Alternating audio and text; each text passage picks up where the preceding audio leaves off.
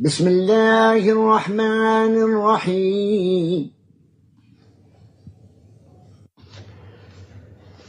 الحمد لله الذي أنزل على عبده الكتاب ولم يجعل له عوجا قيما لينذر بأسا شديدا من لدنه ويبشر المؤمنين الذين يعملون الصالحات أن لهم أجرا حسنا ماكثين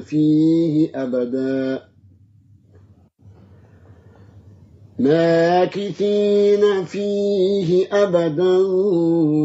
وينذر الذين قالوا اتخذ الله